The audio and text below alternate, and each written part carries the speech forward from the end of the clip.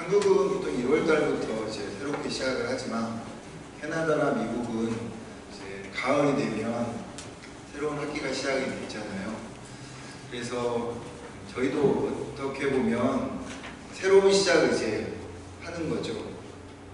교회도 그렇고 여러분 개인적인 또 삶도 그렇고 우리 학생들도 마찬가지일 터인데, 그래서 오늘은 우리가 이제 새로운 시작을 어떻게 하면 좋을까 생각을 하다가 지난 8월 4일에 사울에 대한 이야기를 좀 했는데, 오늘은 다윗이라는 사람을 좀 통해서 우리가 어떻게 이런 새로운 시작을 하는 것이 좋을까 좀 생각해 보려고 합니다.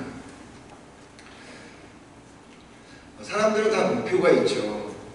그 목표를 꿈이라고 이야기하기도 하고요, 혹은 비전이라고도 합니다. 그 목표를 이루기 위해서는 나름대로 수고와 노력들이 좀 필요합니다. 그래서 그런지 목표는 가지고 있지만 그 목표를 이루는 사람은 많지는 않은 것 같습니다. 그 꿈을 이루기 위해서는 자기의 것을 희생해야 되거든요. 시간도 희생해야 하고요, 또 자기가 가지고 있는 어떤 욕심도 좀 내려놓고 수고하고 노력해야지만 그 목표와 혹은 꿈이 이루어지는 것입니다. 그냥 평소대로 우리가 늘 살아간다면 목표와 혹은 꿈이 이루어지지는 않을 것입니다. 자신을 조절하고 또 절제하고 훈련해야지만 그 목표와 꿈이 이루어지는 것이죠. 그런데 하나님의 사람들은요, 여기 하나 더 더해져야 합니다. 그것은 뭐냐면 그 꿈과 목표가 그리스도를 향하여야 한다고 하는 것입니다. 바울이 이런 이야기를 했죠. 사나 죽으나 다 주의 것이었다. 있거나 먹거나 다 하나님의 영광을 위해서 한다. 그러니까 바울의 모든 삶의 초점은 주님을 위한 삶이었다라고 하는 것이죠. 그와 같이 우리가 예수를 믿는다고 했을 때 어떤 목표와 꿈을 이루어 가기 위해서는 절제와 희생과 나의 것을 내려놓아야 함과 동시에 거기에 예수 그리스도를 향한 모든 것이 되어야 한다고 하는 것입니다. 하나님 안에서 하나님을 영화롭게 하기 위해서 우리 모든 것들이 되어져야 한다는 거죠. 그것이 아마 그리스도인의 삶의 궁극적인 목표가 아닐까. 그런데 이렇게 산 사람이 있었어요. 예수님 말고요, 다윗이라는 사람이 그렇습니다.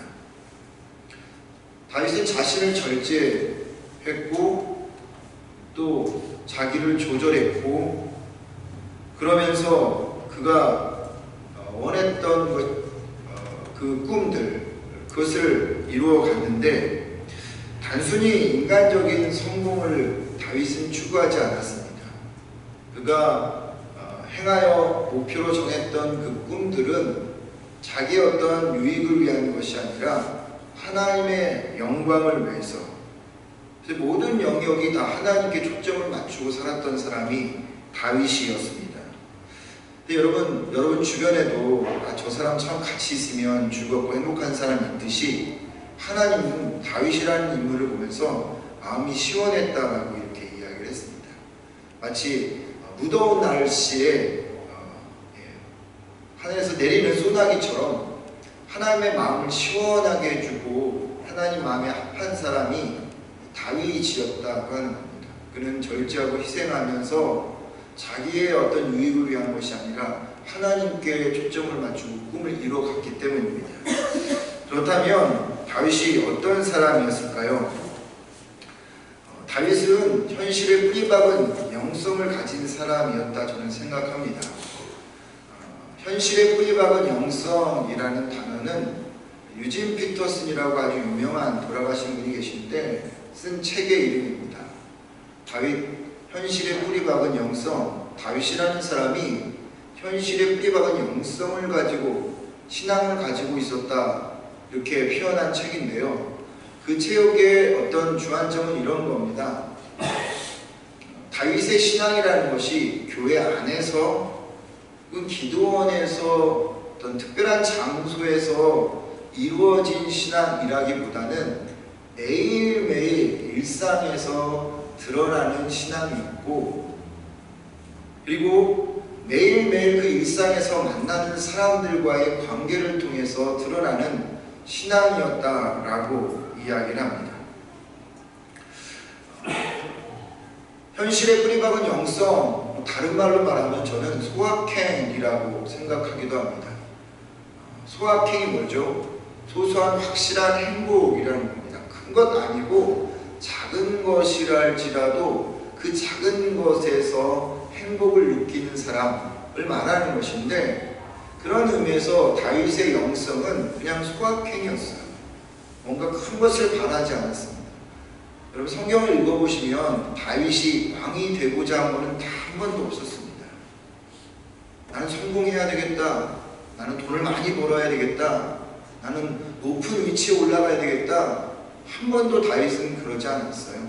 그냥 자기에게 주어진 현실에 만족하면서 행복을 느끼며 살았던 그 영성이 결국 다윗을 왕으로 만들었다고 하는 것입니다.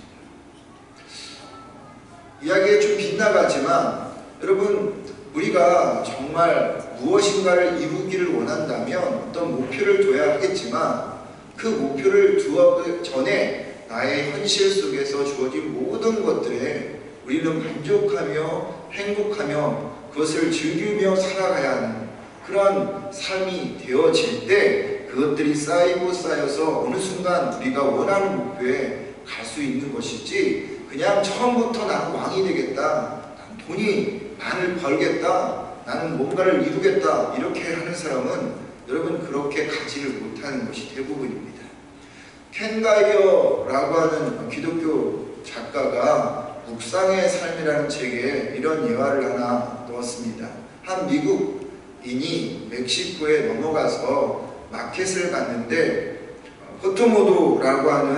코토라모라는 그러한 한 인디언이 마늘을 팔고 있었어요. 몇 줄을 이렇게 쭉 걸어놓고 팔고 있었습니다. 그래서 이 미국인이 한 줄을 얼마냐 물어보기도 했고, 두 줄 살면 얼마나 깎아주겠느냐 물어보았는데, 이 포토라모라고 하는 원주민이 그냥 시큰둥 했다는 거죠. 별로 깎아줄 기세가 안 보여서 이 미국인이, 그러면 내가 이 지금 걸려있는 모든 것을 다 사면 얼마나 깎아주겠느냐라고 했다고 합니다. 그랬더니 이 포토라모라고 하는 이 인디안 노인이 단호하게 안 팝니다, 가십시오 라고 이야기를 했다고 하는 겁니다. 아니 한꺼번에 다 팔면 그 사람한테 유익이 되고 많은 돈을 벌 수 있는데 왜 팔지 않겠다라고 했을까 궁금해서 이 미국인이 물어보았습니다. 그랬더니 이 포토라모라는 원주민이 이렇게 대답했다고 합니다. 내가 지금 당신에게 이것을 다 팔고 나면 여기서 날 만나러 오는 친구도 못 만나게 됩니다. 또 내가 좋아하는 시장의 어린이들도 만나지 못합니다. 더군다나 시장에 쏟아지는 아름다운 햇빛 구경도 못합니다. 내 하루의 인생을 잃어버리는 것입니다. 여러분 영성이 뭘까요? 우리의 신앙이 뭘까요? 매일매일의 삶 속에서 자그맣지만 얻어지는 것이 신앙이라고 생각합니다. 욕심 부리지 않고 만나는 사람들을 지극히 사랑하면서 그들과 함께 살아가는 그 모든 것들이, 그것은 영성이고 신앙이라고 하는 것이죠. 이 켄 가이어 목사님은 이야기하기를 영성은 이런 것이다 라고 하는 것입니다. 무엇인가 큰 것, 그리고 특별한 장소에서 일어나는 것이 아니라 매일매일 나의 삶을 이루고 있는 사람들, 그 일상들, 그것에서 소확행을 느끼며 살아가는 것, 그것이 영성이지 무엇인가를 큰 것을 바라고 누리는 것이 영성은 아니다 라고 그렇게 이야기하는 것이죠. 저는 이 이야기를 읽으면서 파나마 갔다 왔던 생각을 다시 한번 해보게 되었습니다. 지난주에도 잠깐 말씀드렸지만 우리는 그들보다 참 잘 삽니다. 잘 사는데 풍요로운데 우리는 그들보다 과연 행복한가? 그것은 의문부호인 거죠. 밥 한 끼에 그들은 행복했고요. 맨발로 다니면서도 아이들은 재미나게 신나게 뛰어다니기도 했고, 제가 잠깐 바깥으로 나가서 이곳저곳을 찍었는데 그냥 집이라기보다는 벽돌을 쌓아 올린, 그리고 거기다가 막 이제 빨래를 널어놓는 그런 모습들을 보면서 야, 이건 뭐 5, 60년대도 아닌 더 우리나라 옛날의 모습은 아닌가라고 생각했는데도 불구하고 그들은 그들 안에서 행복해하고 즐거워하고, 그리고 그들은 그들 안에서 서로 사랑하는 모습들을 가지고 살았다는 것입니다. 작은 것 하나에도 즐거워하는 그들의 모습. 또 열기 속에 섭씨 35도가 됐는데 체감온도는 40도까지 올라가는 그런 현장 속에서도 열정적으로 놀고 찬양하고 하는 그들을 보면서 그들이 우리보다 못하다라고 생각이 들지 않더라고요. 그들이 우리보다 영성이 적다, 신앙이 어리다라고 생각이 되지 않더라고요. 제가 거기 갔던 목사님과 함께 이야기를 하다가 이런 이야기를 했어요. 그래서 목사님 새로운 신학적인 단어 하나를 만들어냈네요. 뭐냐면 역성교당하고 왔다라고 이렇게 저희가 이야기를 했습니다. 선교하러 갔다가 역성교당하고 왔다는 거예요. 우리는 뭔가 그들에게 나눠주러 갔는데 오히려 그들이 더 행복한 거예요. 오히려 그들이 우리에게 보여주는 모습들은 우리에게 많은 깨달음을 주었다는 겁니다. 그래서 그 중에 한 분이 우리 역성교당하고 가는 것 같아, 이런 얘기를 하는 그 말이 너무나도 인상 깊었습니다. 여러분, 무엇이 영성일까요? 무엇이 신앙일까요? 다윗에게 있었던 영성이 그런 영성이라는 겁니다. 다윗은 한 번도 자기가 무엇이 되고 싶어 해서 된 것이 아니었어요. 그냥 자기에게 주어진 현실 속에서 행복을 느끼고 늘 성실하게 살아갔던 모습이었기에 하나님은 그를 사용하였다라고 하는 것입니다. 그래서 저는 현실에 뿌리박은 영성을 가지고 있었던 이 다윗의 소확행을 다른 말로 바꿔 본다면 그는 성실성이었다라고 생각을 해보는 거죠. 펜다운 심한 그런 신앙이 아니라 늘 똑같은 모습으로 늘 하나님 앞에 나가는 다윗의 모습. 사무엘이 이새의 집에 가서 사울 다음으로 두 번째 왕을 이제 선택하려고 했습니다. 다윗 막내 동생만 없었고 7 형제들이 다 있었는데 첫 번째 엘리압을 보면서 이 사람 괜찮다, 외형적인 조건을 본 거죠. 이 사람은 왕이 될 만한 자격이 있구나 라고 생각했는데 하나님께서 뭐라 이야기하냐면, 여러분이 잘 아시는 말씀이죠. 사람은 외모를 보거니와 나 여호와는 중심을 본다. 누구를 염두에 두고 한 말일까요? 다윗을 염두에 두고 한 말입니다. 다윗에게는 엘리압이 없었던 7명의 형제들이 없었던 중심이 있었다고 하는 것입니다. 그 중심이 뭘까요? 그것이 영성인데 저는 성실성, 바로 확실한 하나님 안에서의 가지고 있었던 신앙이라고 저는 생각합니다. 사실 다윗은요 7명의 형들보다는 집에서 인정받지 못했던 사람이었습니다. 천덕꾸러기였고 언제나 힘든 일은 다 다윗의 몫이었습니다. 비관적인 상황이었고 좋지 않는 환경이었음에도 다윗은요 그런 상황 속에서 왜 나에게 이런 상황이지? 불평하고 원망하기보다는 그냥 하나님만을 소망으로 두고 그러면서 늘 기쁘게 자기의 주어진 사람들을 사랑하고 자기의 주어진 날들에 최선을 다하고 그 안에서 조그맣지만 소소한 것들을 하나님을 향해서 행하여 나갔던 그런 삶. 여러분 시편 23편 1절에 여호와는 나의 목자시니 내가 부족함이 없으리라 라고 했던 다윗이 정말 부족함이 없어서 그렇게 썼을까요? 다윗처럼 부족함이 많았던 사람도 없었습니다. 그런데 그가 그렇게 이야기할 수 있었던 것은 무엇이죠? 그는 그에게 가지고 있는 날마다의 행복이 있었기 때문입니다. 바라기는 여러분, 우리가 우리의 삶 속에서 무엇인가를 큰 것을 누리고자 하기보다는 하나님 안에서 작은 것이라도 하나님의 그 은혜 안에서 누리는 그런 영성이 필요합니다. 특별히 이런 영성이라는 것은요, 여러분 교회 안에서나 교회 바깥에서 똑같았다라고 하는 것을 좀 기억하셨으면 좋겠습니다. 다윗은 늘 성실했는데 그 성실이라는 것이 업앤다운으로 늘 다른 모습으로 아니라 늘 동일한 모습으로 나갔던 신앙이었다고 하는 것입니다. 그런 의미에서 여러분, 우리는 17세기에 그 프랑스의 수도사였던 로렌스라고 하는 사람을 기억해야 할 겁니다. 17세기 프랑스 갈멜 수도원의 수도사였던 로렌스라고 하는 형제는 하나님의 임재 연습이라는 책에 잘 나와 있는데요. 그 신부는 많은 사람들에게 경건한 사람으로, 영성이 있는 사람으로 알려져 있었습니다. 이 로렌스 신부의 역할이 뭔지 아십니까? 말씀을 전하는 그런 역할이 아니었습니다. 거룩한 성찬식을 거행하는 그런 일도 하지 않았습니다. 사람들을 가리키는 일, 그것도 아니었습니다. 로렌스의 신부의 역할은 주방일이었습니다. 그런 주방에서 음식을 만들 때 그 음식이 하나님 앞에 드려진다는 마음으로 그 음식을 만들었습니다. 그리고 설거지할 때도 하나님 앞에 정결한 마음으로 한다는 마음으로 그것을 설거지했습니다. 그리고 때가 되면 상황과 환경이 어떻든 간에 그 식당 안에서 무릎을 꿇고 그곳에서 하나님께 기도했던 로렌스 신부. 그의 신앙은 어떤 큰 것이 아니었다고 하는 거죠. 그리고 다른 모습이 아니었다라고 하는 겁니다.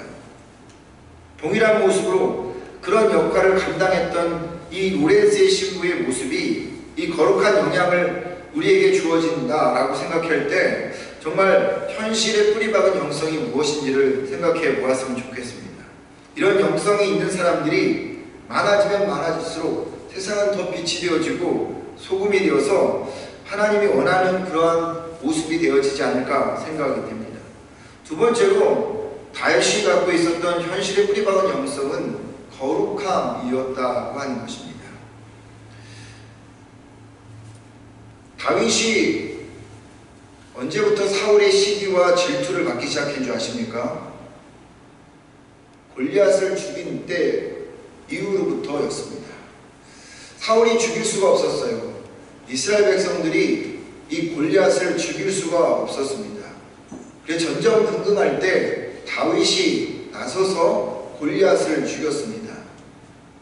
칭찬해도 부족한데 사울은 그때부터 이 다윗을 죽이려 했습니다. 시기와 질투가 그 마음에 가득 찬 거죠. 우리가 잘 알듯이 다윗은 사위였습니다. 사울의 사위였어요. 그럼에도 불구하고 사위였던 다윗을 사울은 늘 죽이려고 했다고 하는 거죠. 10년 가까이 다윗은 그 덕분에 도망자 생활을 해야만 했었습니다. 이처럼 억울한 일이 어디 있겠습니까? 선한 일을 하고 정의로운 일을 하고 합리적인 일을 했는데 그에 대한 보상은 없는 거는 뭐 두말할 것도 없고 오히려 공격당하는 그 상황 속에서 다윗이 얼마나 억울했겠습니까? 그러다가 한날 그 참모들과 함께 동굴에 들어가게 되었습니다. 동굴에 들어서 어두운 쪽에 있었는데 사울이 다윗을 쫓다가 그 동굴 안에 들어와서 볼일을 보게 되어진 것이죠. 갑자기 들어가기 때문에 어두운 이 동굴 안이 보이지 않았어요. 그리고 사울은 바깥을 보고 본래 하던 일을 하려고 하는 그 뒤에서 다윗의 참모들이 이야기합니다. 왕이시여, 왕 그때 이제 기름 부어서 이제 돌아다니고 있었기 때문에 왕이시여, 때가 왔습니다. 사울을 죽일 때가 왔습니다. 이때 아니면 절대 다시 기회가 오지 않습니다. 그냥 한번 눈 한번 질끈 감읍시다. 그냥 사울 죽이고 그리고 당신이 왕이 되십시오. 주변에 있는 사람들이 그렇게 다윗을 독려했습니다. 사실 다윗이 사울을 죽여도 무방했어요. 사울은 모든 사람들에게 이미 다 신뢰를 잃어버린 사람이었고 지난번에 말씀드린 것처럼 사울은 미치광이었습니다. 그렇기 때문에 모든 모든 사람들에게 존경을 받던 다윗이 사울을 죽이고 그 상황에서 왕이 되었다면 전혀 문제가 될 상황이 아니었다는 것이죠. 그런데 다윗이 이렇게 합니다.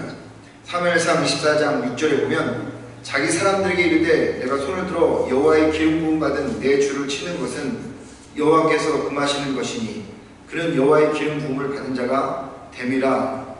여러분, 이것이 현실에 뿌리박은 영성입니다. 세상과 구별되어지는 것입니다.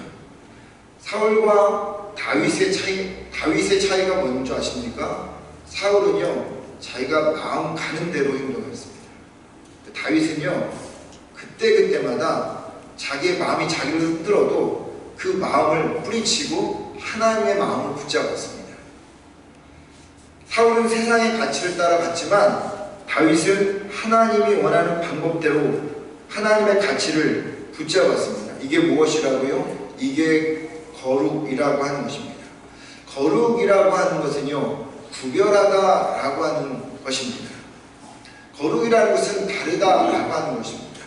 만약에 다윗이 그 동굴에서 사울을 죽였다면 다윗은 거룩한 사람은 아니었을 겁니다. 똑같이 세상의 가치 따라 행했기 때문에. 그런데 그는 거룩하신 그 하나님으로부터 나오는 그 거룩을 붙잡았기 때문에 다른 모습으로 그것을 단호하게 거절할 수 있었다고 하는 것이죠. 그러면 여러분, 하나님께서 여러분과 저에게 가지고 있는 꿈이 뭐라고 생각하십니까? 그런 생각을 해보셨습니까? 하나님이 우리에게 가지고 있는 꿈, 돈 많이 버는 것이요? 성공하는 것이요? 뭔가 잘 되는 것이요? 아닙니다. 하나님이 우리에게 가지고 있는 꿈이 뭔지 아십니까? 거룩입니다. 모든 것이 거룩해지기를 원하는 거죠. 교회도 마찬가지. 교회의 원래 헬라어의 뜻은 에클레시아라는 뜻입니다.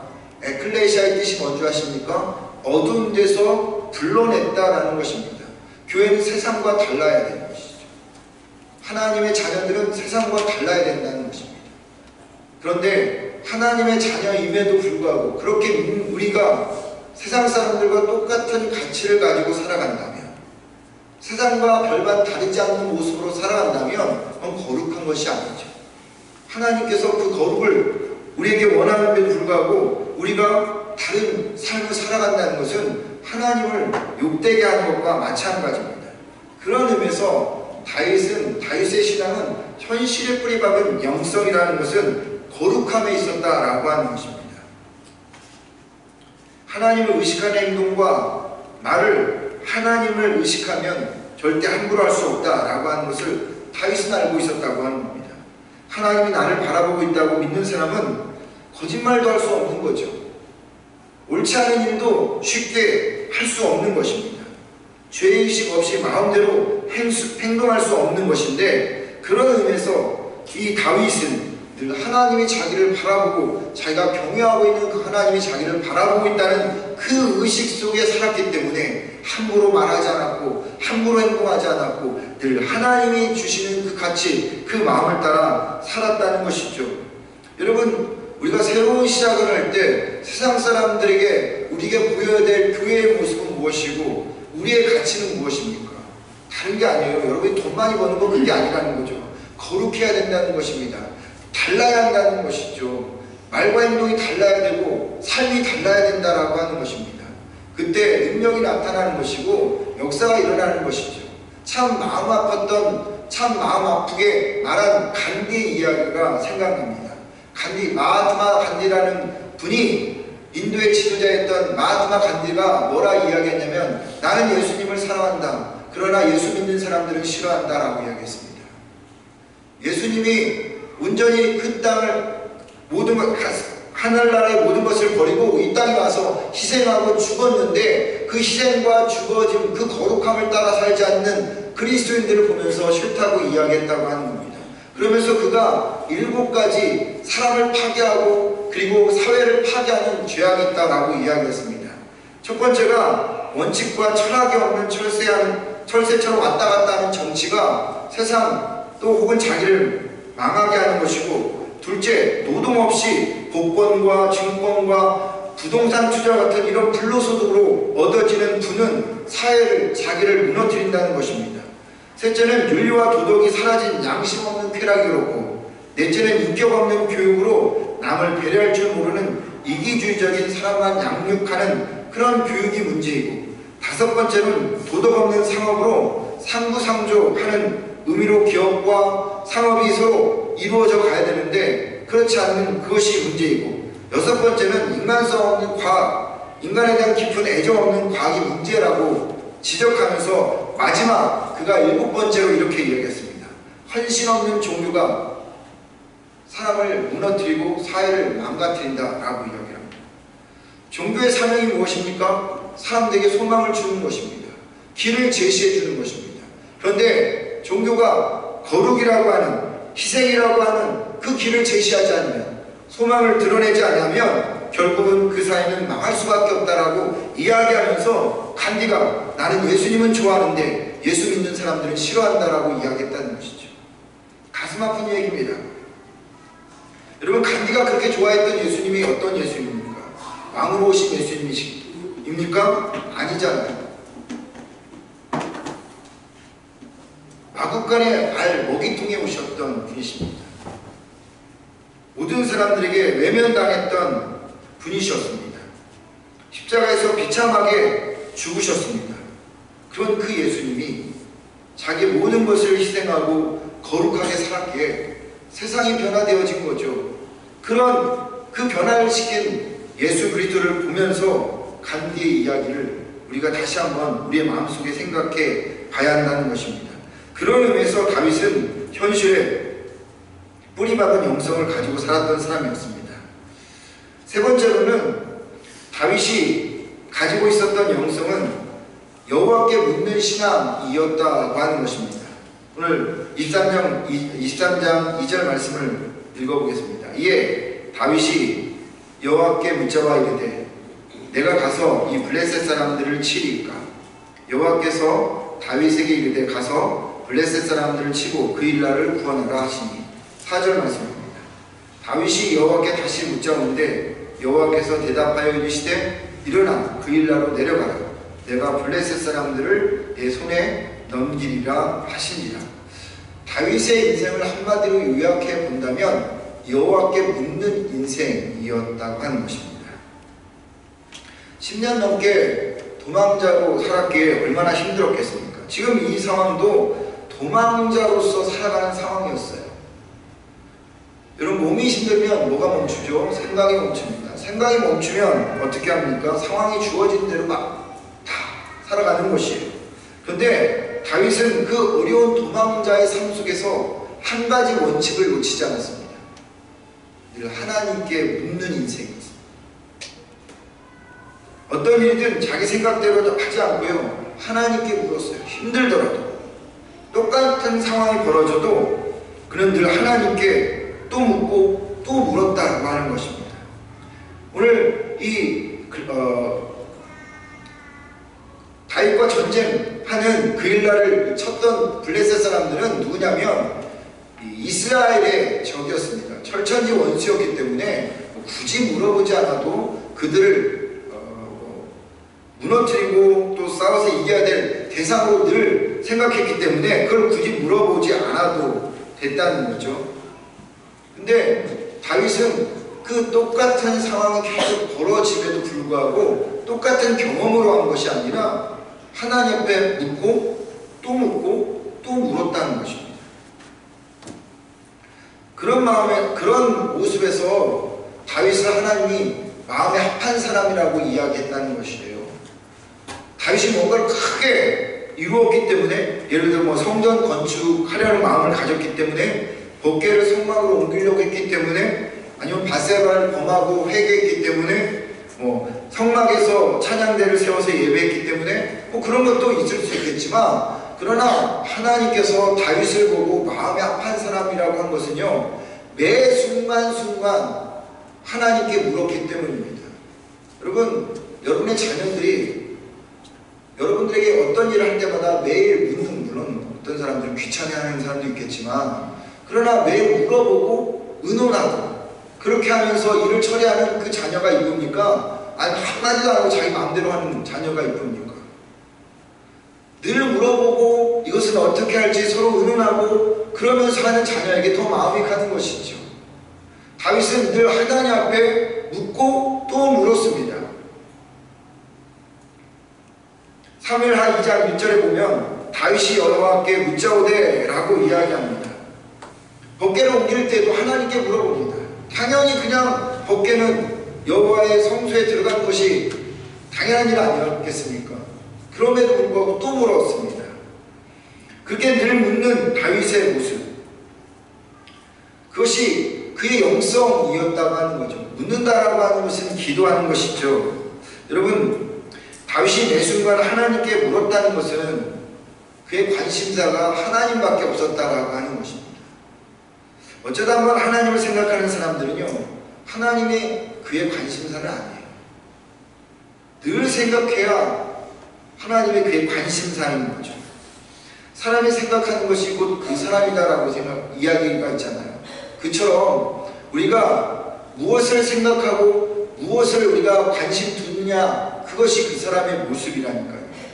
그런데 어쩌다 한번 관심 두고 어쩌다 한번 기도하면 하나님이 우리의 관심사냐? 그건 아니죠. 늘 기도하고 늘 초점이 하나님께 관심사가 맞춰져 있다면 그 사람은 곧 하나님의 마음에 합한 사람이 되어진다고 하는 것입니다. 여러분, 우리가 누군가를 사랑해요. 그런데 사랑한다고 하면서 시간도 안 내주고 그리고 또 물질도 사용하지 않고 또 만나주지 않는다면 사랑하는 겁니까? 그건 거짓말하는 거죠. 내가 하나님을 사랑한다고 했을 때 시간을 내어서 순간순간마다 하나님 앞에 물어보고 기도하며 그 묻자와 인생을 살아가는 것이 되어질 때 비로소 하나님은 그를 사랑하는 자라라고 이야기를 한다는 것입니다. 현실의 뿌리박은 영성, 그건 여러분 교회에서만 드러나는 것이 아니에요. 우리의 일상생활 속에서도 드러나야 합니다.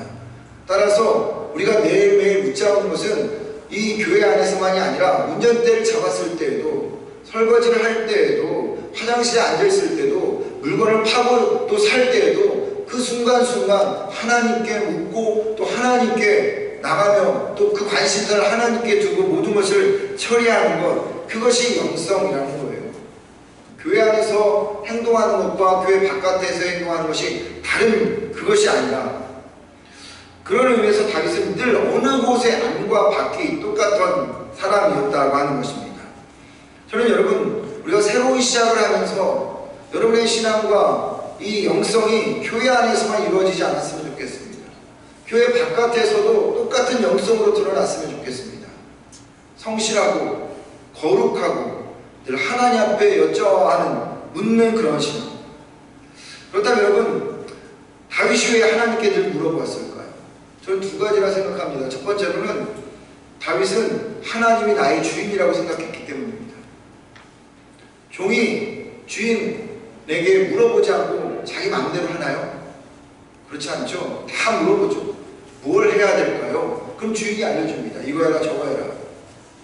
종은 자기 스스로 하는 법이 없습니다. 다 주인에게 물어보고 그 다음에 하는 것입니다. 종이 자기 마음대로 하면 그건 종이 아니죠. 주인이죠. 우리 인생에 있어서 모든 일들이 하나님 앞에 묻자와 인생이 되지 않고 내 마음대로 한다면 하나님이 나의 주인일 수가 없죠. 내가 주인인 것입니다. 그런데 다윗은 늘 하나님께 물어봤다는 그 의미는 당신이 나의 주인이니까 내가 당신한테 다 물어본다라고 하는 그런 의미로 그가 늘 물었던 것이고요. 두 번째로는 하나님의 뜻과 자신의 뜻이 다를 수 있기 때문입니다. 하나님의 뜻과 내 뜻이 같을 수도 있지만 다를 수도 있어요. 혹시나 다를 수도 있지만 그것이 하나님은 언제나 옳고 하나님은 언제나 선하다고 하는 것을 믿기 때문에 물어본다는 것입니다. 이는 내 생각이 너희 생각과 다르며 내 길은 너희 길과 다름이라. 여호와의 말씀이니라. 이는 하늘이 땅보다 높음 같이 내 길은 너희 길보다 높으며 내 생각은 너희 생각보다 높음이니라. 분명히 이야기하죠. 사람은 현재와 과거를 가지고 나의 인생을 계획하지만 하나님은요, 우리의 미래를 가지고 우리 인생을 계획하는 거예요. 그렇기 때문에 우리가 하나님께 묻지 않으면 그 미래가 보이지 않는다는 것입니다. 너는 내게 부르짖으라 내가 내게 응답하겠고 내가 알지 못하는 크고 놀라운 은밀한 일을 보이리라. 이것이 다윗의 인생의 비밀이었습니다. 그의 영성이었어요. 날마다 하나님 앞에 부르짖는 인생이 되었기에 그의 미래를 하나님께서 인도하는 것을 그가 보고 날마다 그 길을 걸어갈 수 있었다고 하는 것입니다. 다윗이니까 그런 인생을 살 수 있다고 생각하지 마십시오. 다윗이니까 되고 사울은 안 되고, 다윗이니까 되고 나는 안 되고, 그것이 아니라는 겁니다. 누구는 되고 누구는 안 되는 절대 그런 법칙이 없습니다. 다윗은 사울보다 외형적인 조건이 너무나도 안 좋았던 사람이었습니다. 오히려 우리보다 더 안 좋은 상황의 다윗이었습니다. 파나마의 그 사람들 역시도 우리보다 더 상황이 안 좋은 사람들의 모습입니다. 그럼에도 불구하고 그들에게서 행복이 발견되어질 수 있었던 것은 그들 안에 하나님 앞에 묻는 신앙, 하나님을 바라보는 신앙, 하나님께 초점을 맞추고 살아가는 신앙이었기 때문이 아닐까 생각인 거죠. 새로운 시작을 하면서 저는 현실의 뿌리박은 영성을 다시 한번 생각했으면 좋겠습니다. 하나님 앞에 주어진 것에 늘 성실하면서 소확행으로 살아가십시오. 그리고 구별되게 살아가십시오. 그리고 늘 하나님께 묻는 신앙으로 살아가는 여러분과 제가 되어서 이 새로운 시작 속에서 하나님께서 우리에게 역사하는 일들을 보는 여러분과 제가 되기를 주의 이름으로 축원드립니다. 기도하겠습니다.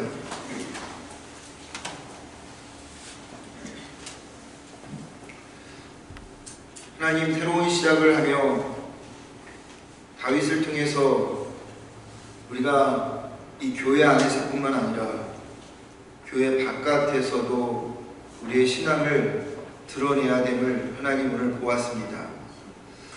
안과 밖이 동일한 그 성실성과 하나님 그 거룩성과 그리고 아버지 하나님께 늘 기도하는 다윗의 모습을 하나님 우리가 다시 한번 마음에 새기면서 우리가 이 새로운 시작 속에서 우리가 어느 곳에 있든지 이런 다윗의 모습을 따라 살아가는 저희가 되게 하여 주옵소서.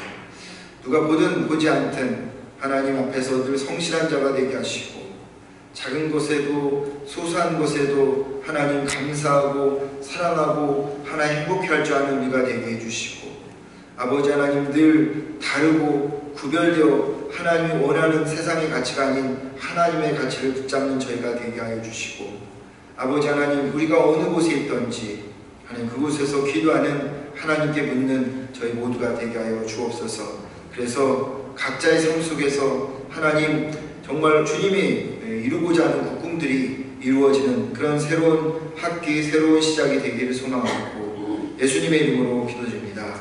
아멘.